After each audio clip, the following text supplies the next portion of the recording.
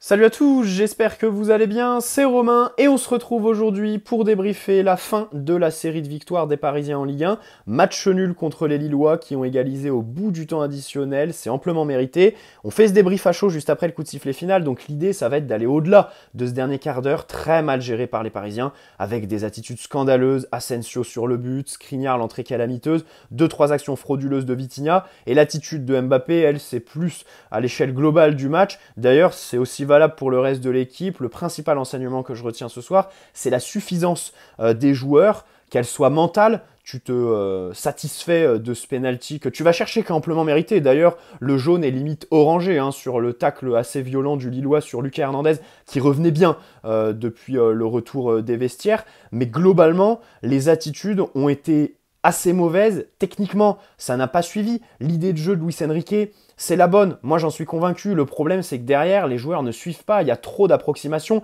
Et ça a été mis en perspective ce soir par une équipe de Lille qui, collectivement, par séquence, pas à l'échelle globale du match, mais par séquence, t'a baladé. Notamment en deuxième mi-temps, sur l'espèce de sortie de balle à un moment donné, où là, oui, tu te lèves de ton canapé. Et surtout, là où je veux insister, c'est individuellement. L'énorme différence entre Lille et le PSG, c'est que chez eux, ce soir, il y avait des joueurs capables de dynamiter le match. Voilà, sur 2 ou 3 touches, de faire des différences, chose que Lee Kang-in, Mbappé le premier évidemment, n'ont pas réussi à faire. Dembélé en première mi-temps, mais il a un petit peu disparu en seconde, et c'est ça qui a vraiment manqué dans ce match sans relief pour les Parisiens de Luis Enrique. Et pourtant, chez nous, il y a des performances défensives qui sont plutôt bonnes. Marquinhos et Lucas Hernandez font plutôt leur match. Bon, Lucas, à son premier quart d'heure, est un peu compliqué, mais derrière, il se remet bien dedans. Et Marquinhos, on y reviendra un peu plus en profondeur. Voilà, le point du nul. On sait que le Lille de Fonseca est une équipe où sur chaque ligne, il y a vraiment de bons joueurs. Voilà, le gardien, le petit Yoro qui a réussi son entretien d'embauche au PSG, qui le piste depuis un mois, il est au rayon des rumeurs. Bon, alors vous me direz, ce soir, sa prestation, bon, c'est face à Mbappé, donc c'est à relativiser, puisque Mbappé, la question, encore une fois, en fait, donc contre Dortmund, il fait un super match de numéro 9, on dit il faut l'installer à ce poste-là. Ce soir, eh ben, les débats, ça va être orienté à l'inverse total. Moi, je pense que la question, en fait, n'est pas de savoir si Mbappé peut jouer à ce poste-là, mais si Mbappé le veut, parce que l'attitude ce soir, elle est quand même assez compliquée. Son but, il le célèbre même pas. Alors, bien sûr, il sait que sa prestation individuelle, elle est pas bonne. Je pense aussi que ça l'embête de jouer en tant que numéro 9. Pardonnez-moi d'être mauvaise langue avec lui. Il y a Luis Enrique qui a fait une grosse déclaration hier en conférence de presse en disant « c'est moi qui donne les ordres, je comprends Mbappé, mais c'est moi le chef, c'était une des meilleures décisions de ma carrière que de dire de défendre là, en fin de match contre Dortmund. » Mbappé, dans les grands matchs de Ligue des Champions, je pense que jouer numéro 9, ça ne le gêne pas, surtout contre Dortmund qui jouait à 2 derrière. Par contre, en Ligue 1, bon, sur les grands matchs comme celui-là, j'aurais pensé qu'il mette un petit peu plus de son grain de sel. Sur les petits matchs, je peux comprendre, tu vois, que ça le saoule de jouer neuf. Mais là, bon, ça a été quand même très compliqué. Et c'est encore un match où il n'y a pas grand-chose à sauver chez lui. Bref, collectivement, en première mi-temps, tu t'en remets à Dembélé, en fait. Tu t'en remets à sa capacité à déborder.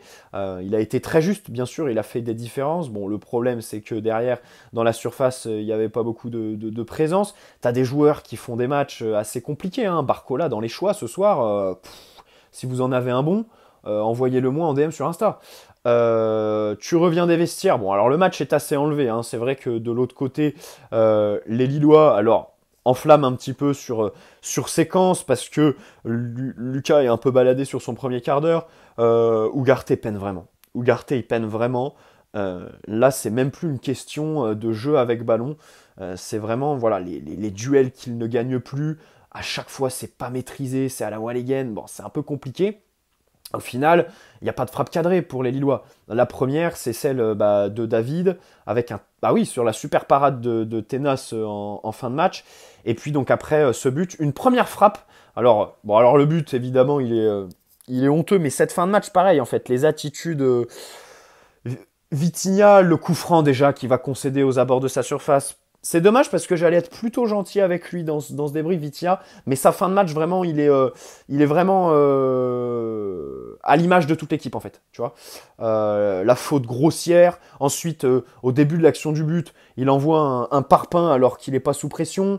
Bon, Asensio qui s'arrache pour aller chercher la touche. Peut-être que déjà, il aurait pu la laisser sortir là-bas. Et puis ensuite, cette passe dans l'axe, enfin voilà, elle est suicidaire. Il y a pas à étayer, en fait. Voilà. Je vais pas étayer sur le sujet. La frappe, avec Skriniar évidemment qui se retourne trop rapidement, sur la première frappe du but je parle, qui est loin de son vis-à-vis, voilà, qui est loin de son vis-à-vis. Après il y a Tenas. Bon, Marquinhos qui est surpris, qui se retourne, qui n'a pas le temps. Moi, j'en veux pas trop à Marquinhos parce que ce soir, sa performance défensive, comme je l'ai dit, je l'ai bien aimé. Et sur l'action, c'est à Skriniar d'être plus proche de son vis-à-vis sur la première frappe, tu vois. Ou aux limites de couper la trajectoire. Son entrée, elle est très compliquée. Hein. Il y a juste un duel, entrée de surface avec Jonathan David qui gère bien. Mais sinon, sur le côté, il se prend une bouillie à un moment donné. Il t'envoie une relance en plein axe. Qui est un AV complet, bon, c'est très compliqué et ça dénote avec Danilo qui a été plutôt précieux, qui demande à sortir, donc on va suivre peut-être l'évolution. Bon, après voilà, on a Metz mercredi et puis après c'est les vacances. Et puis au milieu de terrain, bah, un match compliqué. Un match compliqué pour Lee parce que les circuits de passe ce soir étaient vraiment pas fluides en fait. C'était la touche de trop, les passes étaient très mal dosées et encore une fois, c'est une analyse que je fais tout le temps, mais c'est même pas une analyse tellement c'est élémentaire. Le problème, c'est que les joueurs ne suivent pas la structure, ne suivent pas ce que Luis Enrique leur demande parce que techniquement, ils sont pas au niveau. Ils sont pas au niveau sur des gestes. Et pourtant, ce soir, l'entrée de Kolo Muani, elle est plutôt juste sur les premières touches. Il a récupéré quelques ballons. Il a été plutôt juste, donc on peut pas lui en vouloir à lui. C'est pas lui le porte-étendard de ce déficit technique, mais plus Lee, tu vois. Alors il y a des actions où il réussit à envoyer ses partenaires en profondeur, où tu sens que si c'est mieux joué, ça peut faire une occasion franche. Mais le reste, c'est toujours aller s'enfermer sur le côté. C'est bizarre. Les orientations du corps avec ballon, est-ce que ce sont des consignes de Luis Enrique? Sur le côté gauche, il galère de toute façon. Bon, ça, je cesse de le répéter. Il faut le mettre sur le côté droit faux pied. Et c'est dommage parce que moi j'attendais pas mal de ce match contre Lille qui était quatrième. Tu avais l'occasion de prendre le large sur Nice. Et voilà, au bout tu te le prends. Bon, c'est comme ça. Ugarte, comme je le disais, déjà les statistiques parlent pour lui en fait. Hein, le nombre de duels gagnés par rapport aux duels joués, encore une fois ce soir, il va être négatif. Dans les airs, bon, il n'en gagne pas un. Le problème, c'est qu'à chaque fois, le ballon... c'est l'adversaire qui est dessus en premier. Si l'adversaire loupe le ballon, faut qu'il rebondisse 2 fois ou 3 fois avant que Ugarte puisse le contrôler. Bon, c'est un peu compliqué. Le jaune qu'il prend, par contre, il est un peu sévère. Mais de toute façon, l'arbitre ce soir, attends, Willy Delageau, de toute façon, l'arbitre, il est réputé pour avoir la main lourde, pour mettre des cartons assez facilement. Bon, si, il met un jaune sur le penalty qu'on a. Le rouge n'aurait pas été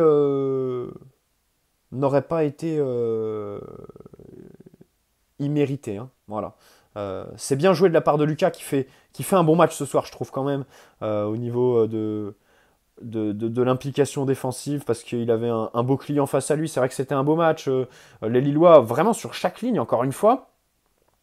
L'adversité qu'on a eue individuellement, franchement, avec Monaco, après voilà, c'est le haut de tableau, hein, ça paye cash, mais c'est une des meilleures adversités qu'on ait eues, quoi. Bon, l'eau mouille, le feu brûle, ce que je dis là, mais voilà, c'est toujours bon de le signaler, de mettre en avant l'adversaire qui a été plutôt bon, qui a aussi bien défendu, même si on a été aussi très peu dangereux.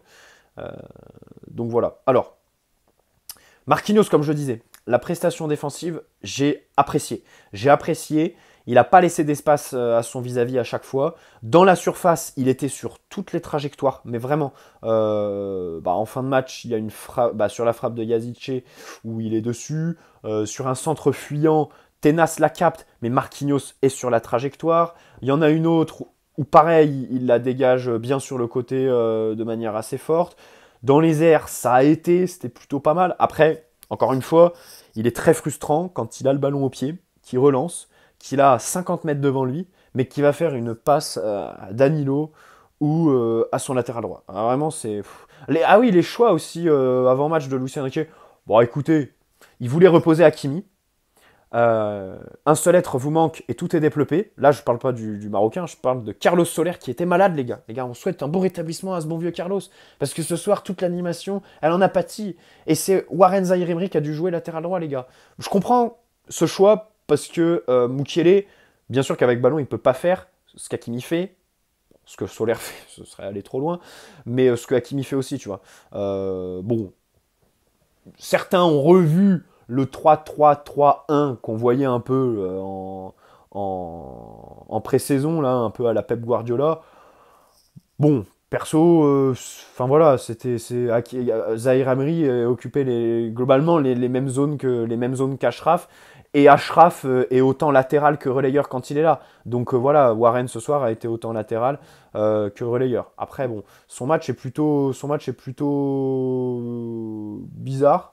Pas mis en avant sur certaines séquences en deuxième mi-temps. Il réussit à récupérer des ballons à un moment donné, mais c'est vrai que tu as senti, sur le choix aussi, ce que je me suis dit, c'est Luis Enrique, on le sait.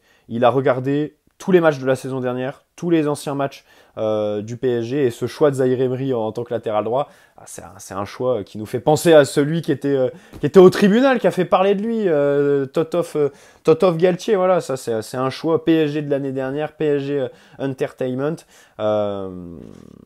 Mais je suis très sérieux quand je dis ça, hein. Je suis très sérieux. Au-delà de travailler nos adversaires en Ligue 1, Luis Enrique, tu sens qu'il a regardé tous nos anciens matchs, dans ce qu'il dit dans les conférences de presse, et encore une fois dans son choix ce soir sur Zahir Emery. Voilà. Lucas, donc un bon match. Bon, Tenas, sur le but, je l'incrimine pas.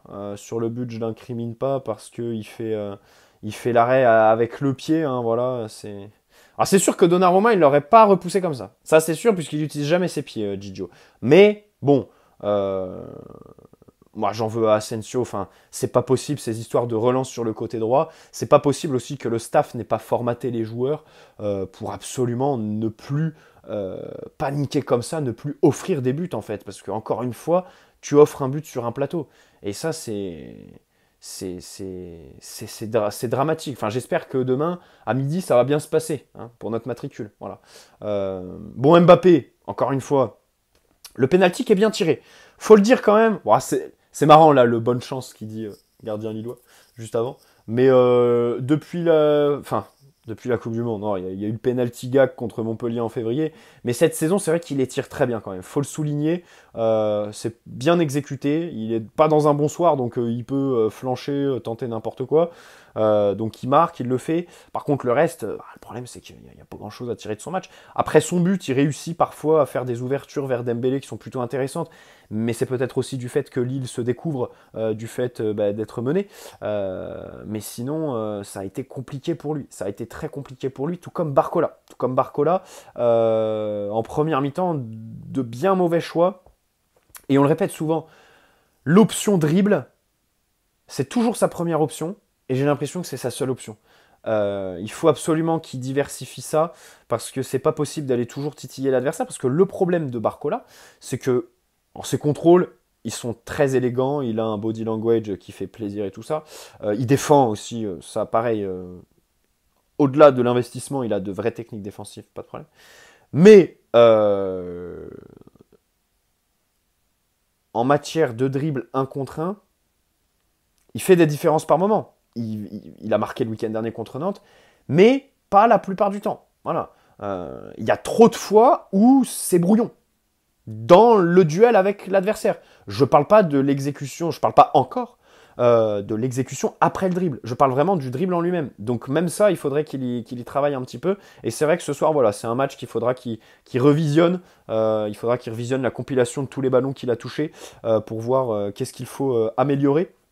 Sur le système, ce que j'ai bien aimé aussi, c'est la capacité d'avoir des joueurs entre les lignes. Peut-être parce que les Lillois étaient plus découverts que les équipes qu'on affronte d'habitude ces derniers temps, mais c'est vrai que les Vitinha, enfin Vitinha particulièrement, Lee aussi, on les trouvait bien entre les lignes. Et ça, j'ai plutôt apprécié parce que c'est quelque chose qui, encore une fois, dénote un petit peu avec ce qu'on voit de Luis Enrique depuis ses débuts. Là, tu as réussi à casser les lignes et à trouver des joueurs. Bon, alors après, toute l'idée derrière, c'est de se retourner et faire mal à l'adversaire. Bon, est-ce qu'ils l'ont fait bah quand même, Vitinha en première mi-temps a une frappe où il est plutôt en bonne position. Il frappe fort et bien. Bah, il pousse le gardien à l'arrêt. Il est depuis le demi-espace. Voilà. Bon, il n'est pas entre les lignes. Il est entre le central et le latéral.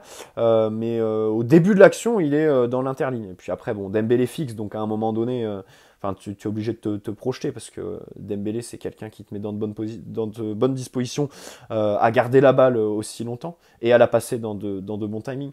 Donc voilà. Ça, c'est à noter, le PSG qui a trouvé d'assez bons relais entre les lignes, mais il y a quand même beaucoup de choses à revoir. Alors, l'entrée de Skriniar, bon, je me suis déjà arrêté dessus, j'ai un peu énuméré tout ce qui s'est passé. C'est vrai que par rapport à Danilo, c'est un peu compliqué. Alors, Ugarte qui sort encore, après, il avait le jaune. Bon, on va pas être mauvaise langue avec lui, c'est vrai qu'il a pris un jaune assez rapidement, qui en plus était pas mérité, même s'il met de l'impact, hein, parce qu'il sait qu'il a pris il a pris le petit pont juste avant. Bon, voilà, c'est pas, voilà. Donc un match sur lequel il va y avoir quand même des enseignements à tirer, et je pense, là tu vois, j'en attends de Luis Enrique. J'en attends de Luis Enrique sur ses conférences de presse. Là, dans les prochains jours, à commencer par là maintenant, je vais la regarder juste après, j'espère qu'il va mettre ses joueurs un peu face à leurs responsabilités. C'est bien de nous faire les grandes déclarations sur Mbappé après Reims, sur Mbappé hier sur Dortmund, c'est bien de répondre aux questions sur Layvin Kurzawa, mais là, ces joueurs ont tellement été suffisants qu'il n'a aucune raison de les défendre comme il l'a fait sur les autres matchs où on a flanché. Parce qu'avant, les joueurs, t'avais du manque de réalisme, et puis surtout, ça appliquait les consignes.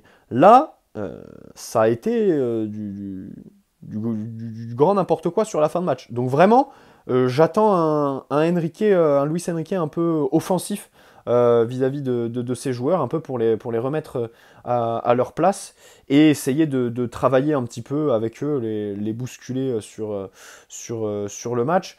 Bon, notons aussi qu'offensivement, t'as pas surperformé tes expected goals comme d'habitude, hein. C'est vrai que les occasions franches, elles étaient assez peu nombreuses. Ça a été un peu compliqué. Alors bien sûr, quand Mbappé est dans un mauvais soir, ça change beaucoup de choses. Voilà. Dembélé, encore une fois, Dembélé, il fait une bonne première mi-temps, il est juste. Mais encore une fois, au moment où il croise trop sa frappe, c'est qui l'envoie d'ailleurs devant le but? Je me souviens plus qui l'envoie. Ah mais je crois que c'est Lee ou c'est... Oui, c'est Lee, puisque Mbappé fait un bon appel de l'autre côté pour fixer deux défenseurs lillois qui n'arrivent pas à s'entendre. Et du coup, bon, Dembélé croise trop sa frappe. Mais une première mi-temps, encore une fois, le problème c'est que c'est le dépositaire de ton jeu. Et c'est inquiétant que ce soit un joueur aussi aléatoire que Dembélé, qui soit vraiment voilà, ton facteur X, celui par lequel tous tes circuits offensifs passent. Euh, bon, c'est un match bizarre. Je vais le re-regarder, demain, avant le tirage au sort là, si je suis debout. Mais c'est vrai que c'est un match où il y aura quelques enseignements à tirer. Donc voilà, commencez par les attitudes. J'espère que cette vidéo vous aura plu. N'hésitez pas à poser un like si c'est le cas, vous abonner si ce n'est pas déjà fait. Et puis du coup, on se retrouve demain pour débriefer le tirage et revenir sur la prestation contre Lille, bien évidemment.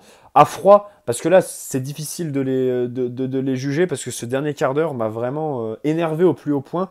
Et les gars, vous pouvez pas savoir l'effort que j'ai fait dans cette vidéo pour vraiment être très tranquille avec eux. J'ai vraiment essayé d'avoir du recul, de pas être très critique vis-à-vis des joueurs. Voilà. Bonne soirée à la team Notif, bonne semaine à ceux qui regarderont cette vidéo. Ciao.